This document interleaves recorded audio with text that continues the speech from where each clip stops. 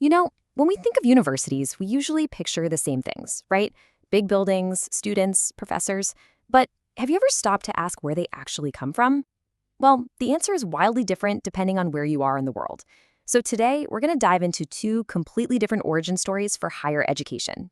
It seems like a simple question, doesn't it? But the answer is anything but.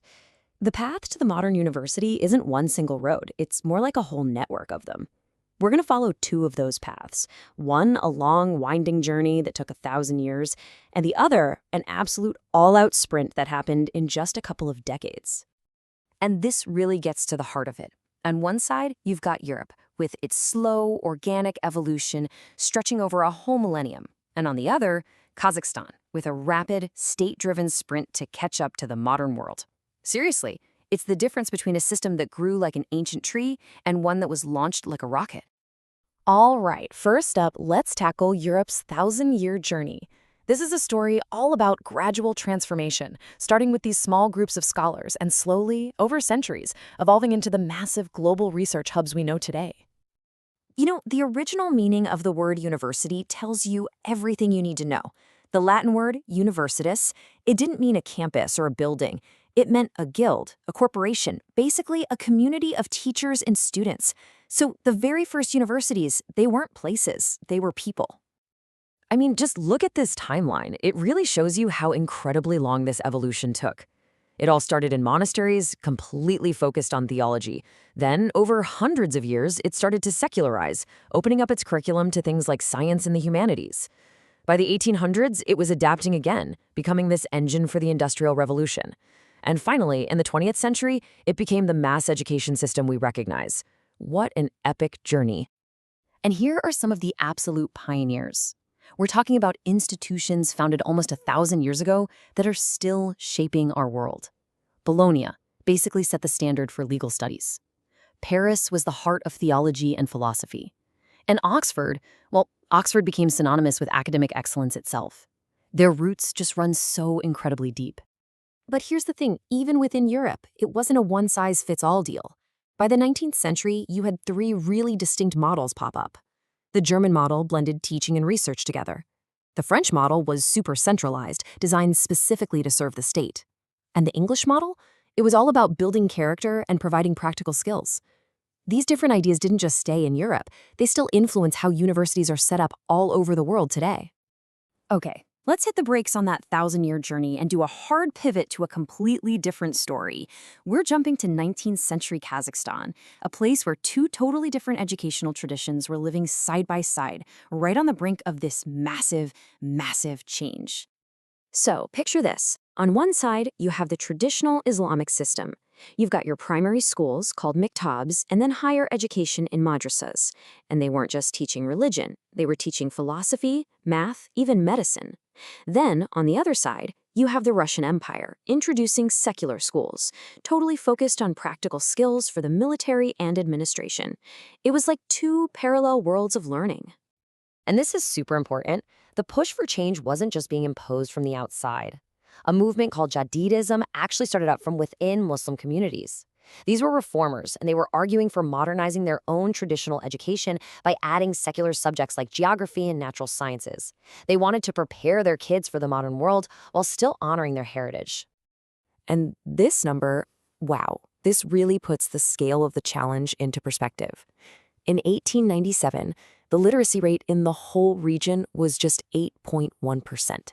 So even though these different school systems existed, their reach was incredibly limited.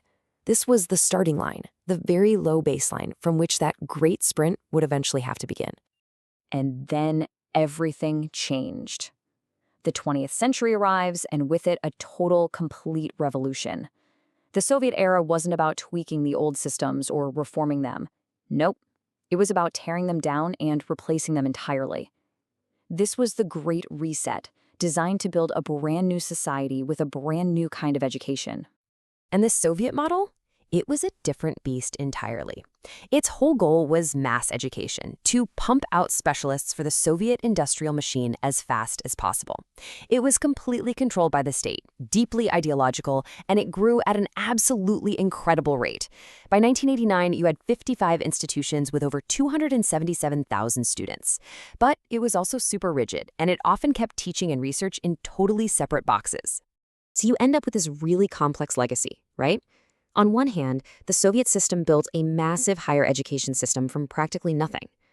But on the other hand, it was an infrastructure with some deep, deep flaws, constant shortages, that rigid structure, and a total lack of autonomy that Kazakhstan would have to deal with after it became independent in 1991.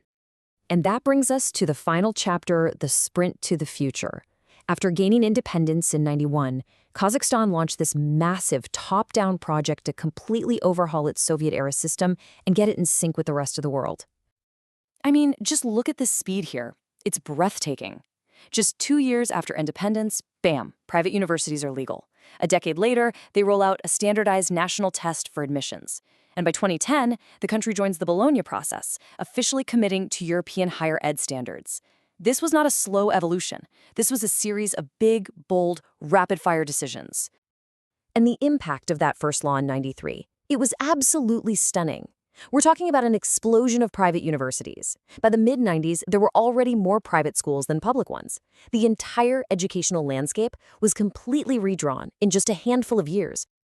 So you can see the strategy was super clear, and it really broke down into 3 huge steps. First, privatize to give universities more freedom. Second, internationalize by linking up with European standards. And third, build trust and credibility by setting up independent agencies to guarantee quality. It was a comprehensive top-down game plan for modernization. But, and this is a big but, the sprint isn't over yet. Some of those old Soviet habits, like focusing on rote memorization instead of critical thinking, well, old habits die hard. And because these reforms came from the top down, getting everyone on board, from faculty to students, is a constant challenge. True, genuine autonomy for universities is still more of an ambition than a day-to-day reality. So let's bring these 2 incredible stories back together. We've seen a long, winding, 1,000-year journey and a short, powerful, decades-long sprint, both trying to get to the same finish line, building effective, modern universities. And this right here, this really boils it all down. The European path was a slow, organic evolution driven from within. The Kazakh path was a rapid, state-driven transformation, heavily shaped by powerful outside models, first the Soviet one and then the European one. These are just 2 fundamentally different ways to build a university system from the ground up. And that leaves us with this huge, fascinating question. When you're trying to build the future of education, what's better? A slow, bottom-up evolution, or a fast, top-down revolution? There's definitely no easy answer. But understanding these 2 very different histories gives us a powerful new way to think about it. Thanks for joining me for this one.